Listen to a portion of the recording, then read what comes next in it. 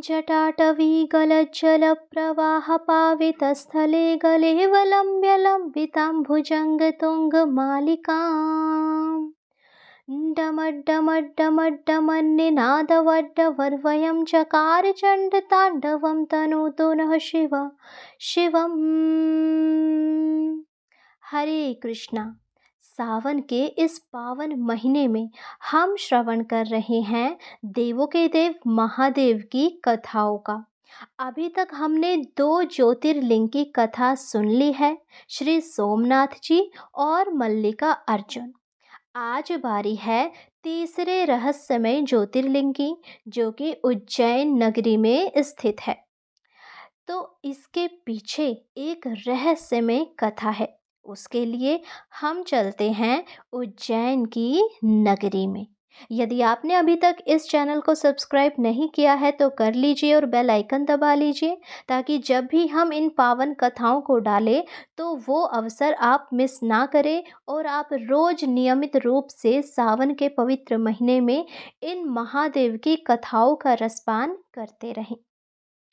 उज्जैन नगरी, जिसे प्राचीन समय में अवंतीपुर के नाम से जाना जाता था, उसी नगरी में एक वेद प्रिय नामक ब्राह्मण रहते थे। वे शिवजी के परम भक्त थे। रोज अपने द्वारा बनाए गए शिवलिंग की पूजा किया करते थे। उनके 4 पुत्र थे, जिसमें सबसे बड़ा था देवप्रिय, उसके बाद प्रियमेधा, सुव्रत और सुव्रत। ये चारों पुत्र अपने पिता के समान ही भोलेनाथ के भक्त थे। उनके घर में हमेशा ही भगवान शिवजी के नाम का यज्ञ पूजा चलते ही रहते थे। इस भक्तिमय वातावरण से उन्होंने ऐसी सद्गति प्राप्त कर ली थी जो साधु को भी बड़ी मुश्किल से मिलती है। उनके द्वारा किए गए यज्ञ से अवंतीपुर भी फल फूल रहा था। पास में ही रत्नमाल नामक पर्वत पर एक राक्षस रहता था, जिसका नाम था दूषण। उसने ब्रह्मा जी की कठोर तपस्या करके उन्हें प्रसन्न कर लिया था और वरदान में सदा विजयी रहने का आशीर्वाद मांगा।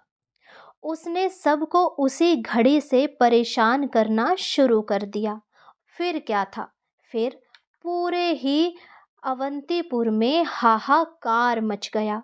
तीनों लोकों पे अपना प्रभुत्व स्थापित कर दिया और उसे पता था कि यज्ञ की आहुतियों के द्वारा ही देवताओं की ऊर्जा और शक्ति मिलती है।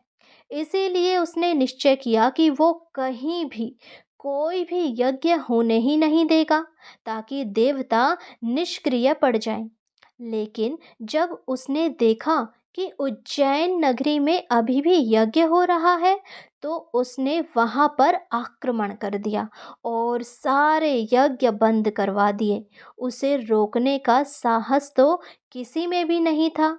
इसीलिए उसके डर से सभी ने यज्ञ को बंद कर दिया। लेकिन वेदप्रिय और उसके चारों पुत्र उससे नहीं डरे, क्योंकि उन्हें पता था कि काल उसका क्या बिगाड़े जो भक्त है महाकाल का।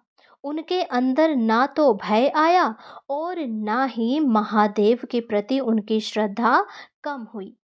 उन सबको विश्वास था कि महादेव उनकी स्वयं रक्षा करेंगे और उन्होंने अपने द्वारा बनाए गए पार्थिव शिवलिंग की पूजा जारी रखी। अब अवंतीपुर में केवल यही घर बचा था जहां शिवजी की आराधना होती थी। सभी शिवजी की पूजा में लीन थे। तभी दूषण असुर वहां एकाएक आ गया और क्रोध से बोला, अरे मूर्ख ब्राह्मण, अभी भी तू पूजा पाठ कर रहा है? इसे बंद कर दे, वरना मैं तेरा मस्तक धड़ से अलग कर दूंगा। मेरी बात मान ले, वरना अपने प्राण से हाथ धो बैठेगा। परंतु ब्राह्मण और उसके पुत्रों पर राक्षस की बातों का कोई असर नहीं हुआ। वे तो बस शिवजी की पूजा में लीन थे। तभी राक्षस ने क्रोध में आकर सेना के साथ आक्रमण किया। तभी अचानक धरती कांपने लगी, आसमान गरजने लगा। जो पार्थिव शिवलिंग ब्राह्मण ने बनाया था, उसमें एक चमक बढ़ने लगी और उसमें से एक भयानक आवाज हुई। और फिर क्या था? फिर उस शिवलिंग में से विशालकाय महाकाल प्रकट हुए और क्रोध में बोले, अरे मूर्ख, तूने मेरे भक्तों को मारने का दुस्साहस कैसे किया?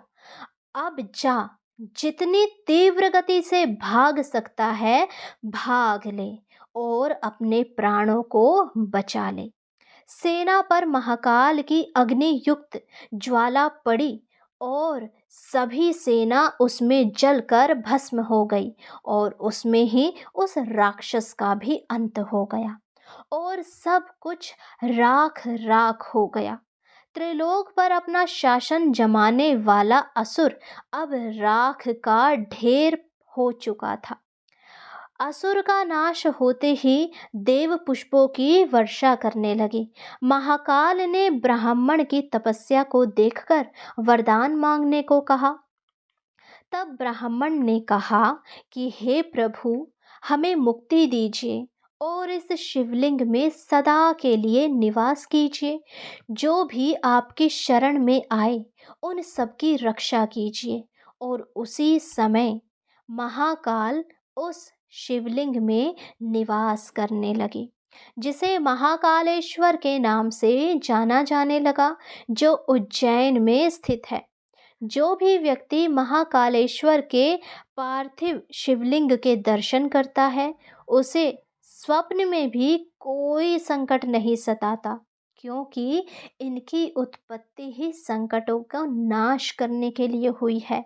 और ऐसे ही असुर, जैसे कि दूषण था, हमारे जीवन में जितने भी दुश्मन हैं, असुर रूपी जितने भी हमारे जीवन में ऐसे व्यक्ति हैं जो हमें प्रसन्न देखना ही नहीं चाहते, उन सभी का भोलेनाथ सर्वनाश कर देंगे।